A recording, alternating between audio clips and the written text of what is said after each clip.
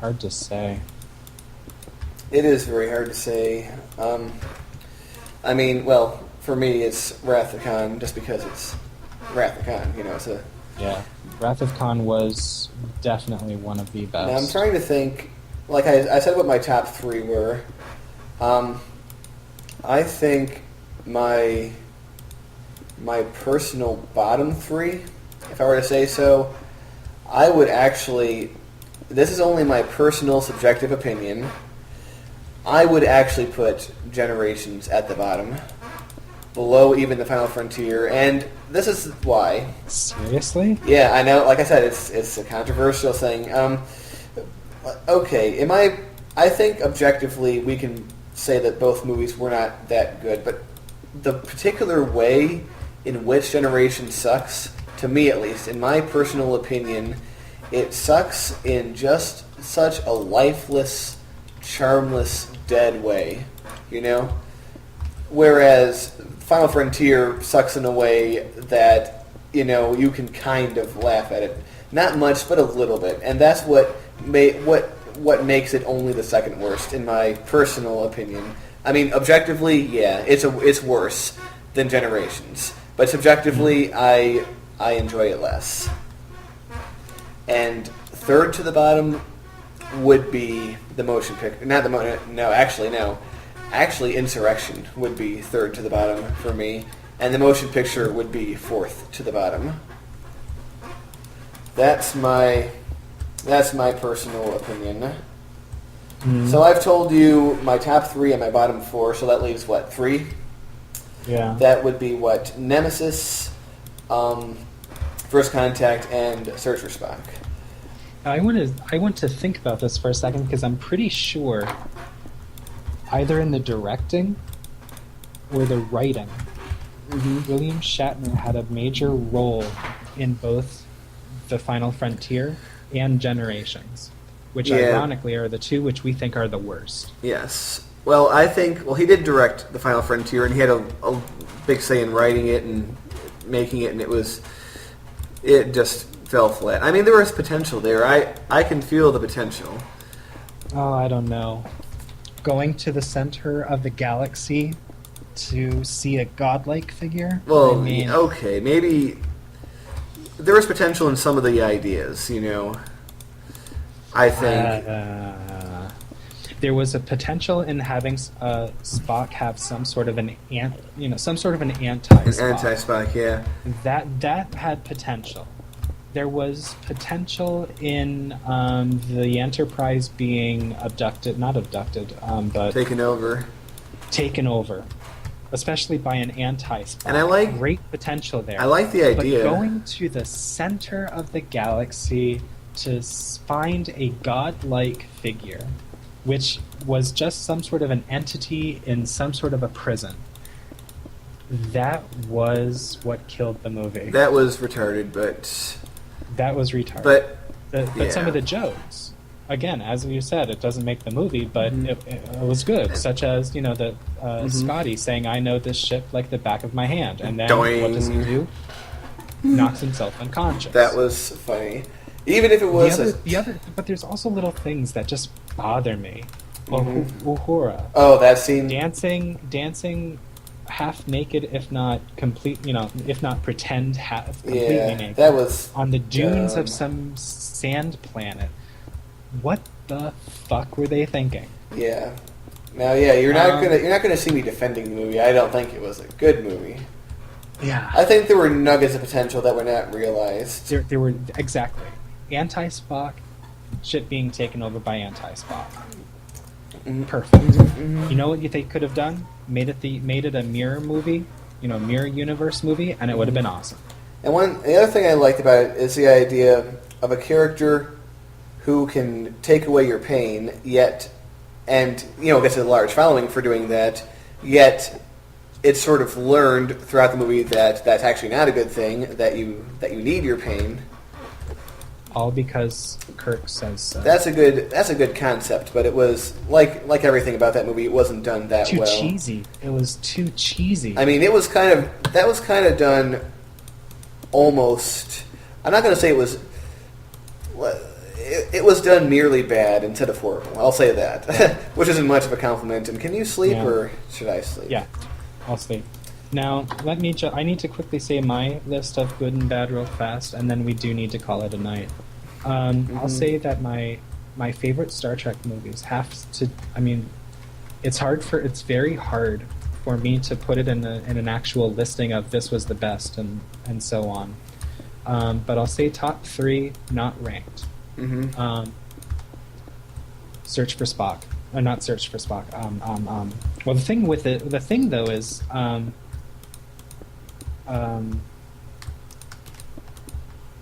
The Wrath of Khan, Search for Spock, and Voyage Home are honestly one movie. They are it's one they're trilogy. A trilogy, and it's the best. And the Search for Spock, just like every single trilogy there is, I don't care what it is. Die Hard, okay, well, before the new movies, newer movies, because even the new ones aren't that new anymore. Die Hard when it was a trilogy. Die Hard 2, the only reason why I liked it was because of all the planes, and I found that cool. But every single trilogy there is, I don't care what it is, the middle movie is always the weakest link. Yeah. Because it has to bridge the first and the third. For example, Back to the Future 2. Yeah, there's too much bridging material. It's setting you up for the third. I mean, it's in the first and setting you up for the third. There are exceptions, but yeah, generally you're right. Okay, maybe I'm not. Okay, all is a bit harsh. I mean, I shouldn't work in absolutes. So I have to forgive the Search for Spock. So in fact, it's probably, in my personal opinion, it's the top of the middle. Like I said, there were the three in the middle. That's probably the top of my middle, if that makes sense. Yeah. So anyway, the best ones have to, in my opinion, be The Wrath of Khan. Moving through, I find it hard to say whether or not the Voyage Home is one of my favorites or not. It's definitely up there.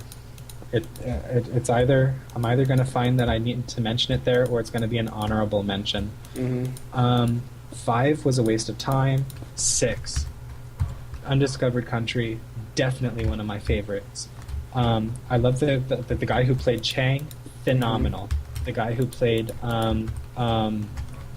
Chancellor Gorkon, phenomenal. Actually, by the way, I'm pretty sure that the actor who played Chang was also the Christopher Plummer, also the guy who played Captain Von Trapp in The Sound of Music. That's right. Just a bit of trivia. And another bit of trivia, the same guy who directed The Sound of Music was the same guy who directed the motion picture. Seriously? True story. I forget what his name was, like Robert Wise or something. Interesting, I didn't know that. Yeah. But anyway, what were you... so continuing on. 6 definitely. 7 was necessary. I think 7 was a necessary evil. There was too many things going on, and they needed to bridge a lot of things. First thing they have to bridge is the end of a series, beginning of a movie set. Second thing they had to bridge with the same movie, moving on from the old cast to the new cast. So there was a great deal that they had to bridge there. Whether or not they did that appropriately remains in question. Yeah, I mean, in my opinion, I can only forgive so much. I think they could have done better. But anyway, moving on. Yeah. What you're saying. 8, I'm going to have to say that that's one of my favorites, but not based upon the Star Trek values that I mentioned earlier. Star Trek 8 has to become has to be mentioned as a favorite due to pure entertainment value. Yes. Because I do like that sort of sci-fi thriller type movie. I do. And there was also there was something that happened in that movie that needed to happen for the final 4 or 3 seasons of I'm going to count season 4. So 4 seasons of The Next Generation. And that is Picard truly taking on his experience with the Borg in what was it called? What was that episode called? Iborg. No. No. Iborg happened in season 6, I believe. No, I'm talking about the episode where he actually becomes a Borg. It was between season 3 and season 4. Best of both worlds, yes. He never truly came to terms with that. Yeah, okay, they in the episode Family, he gets into a fist fight with his older brother. That kind of begins a healing process. In Iborg, we see the same topic again. He's still trying to deal with that sort of torture, of that sort of predicament, and even still he doesn't truly come to terms with it. In First Contact, we finally see him move on. The resolution of that arc. We finally see the resolution, and that is one of the reasons why that movie is one of my favorites, besides the pure entertainment value of the movie. I do agree generally, although I still have to say, in my personal opinion, they handled it. While they didn't handle it poorly, I think they could have handled it a little bit better, because they had, in my opinion, they had Picard acting a little bit out of character, a little bit un-Picard-like. I'm not so sure. I'm not so sure, because think about it. Think of his character. He's very much somebody who holds things inside. He does not let things out. Something affects him. The most you see, for example, I believe the episode was called The Inner Light. He lives a whole lifetime in 25 minutes, passed out on the floor of the bridge of the Enterprise. Mm-hmm. He lives this whole life. He has children. He has grandchildren. I don't care what they say or don't say in the episode. He honestly loved those people very deeply. He wakes up. He has all of those memories. He does not shed one tear. The only thing he does is play the flute and then clutches it. And that's how it ends. He holds all these emotions inside. Now, imagine all of this hate, all of this anger, this rage that must be boiling inside of him for 5 years. I think it's very much in character that he reacts the way he does. I do see your... Because he's point. Finally at a point where he's saying, no, I'm not going to... this isn't going to happen anymore. I can completely see him breaking. That actually does make a lot of sense, now that you put it that way. Yeah. And for that reason alone, the character development that has to happen there is one of those reasons why I think that it really isn't just a matter of a Star Trek zombie movie. Although there's one thing that I don't like from movie 8 onward. They tried to make Picard into an action hero, and I don't think that was really an appropriate role for him. I mean, it completely goes against everything that happened. I mean, the whole feel of The Next Generation was that Picard was the brains, and you're absolutely right. They try to turn him into this sort of. They try to turn him into a Kirk figure. They try to make Die Harder in the Enterprise. No, not at all. They're just trying to turn Picard into Kirk, and you can't do that because they're two completely different characters. And in the original series, Kirk is the one always going away on the away teams and kicking ass. Picard was the brains telling everybody else what they should be doing. And it was inappropriate, not just inappropriate, but failed, I think, on a certain level, as far as whether or not that was possible. And I think that taints every one of the movies from that point on. Now 8, I don't find that that's true, because that takes place on ship. Star Trek 9 mostly takes place on the planet of the Baku. Now, granted, he didn't. When he went down to the planet, it wasn't necessarily. I mean, originally, it wasn't necessarily considered dangerous. And when he finally went down, he more or less gave up his commission basically. I mean, we don't see him resign or anything, but he goes down without his uniform, which is a clear signal that he has renounced his position within the Federation. Yeah. Star Trek 10, can you really say that he's an action hero in that? I don't... Not too Not much. too much. Yeah. I mean, I don't understand.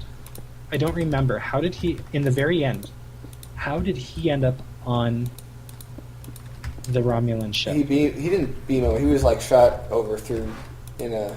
Can you sleep, by the way? Yeah. No, Picard, not Data. Because I think Picard either shot over or something. I don't remember exactly. He didn't shoot over. Because the reason why I say that is I don't think it was... I'm doubting that it was his choice to go over, but I can't remember. I kind of need to watch that again. It might have been good enough. But yeah, there was like a whole gunfight where he's shooting the Renans on. You know, it's your standard action movie schlick. Yeah, but it's also kind of different because he didn't choose to go over there originally. He was beamed over. He was beamed over there by what's his name, Clone Picard. Picard. Shinzon was his name. Shinzon.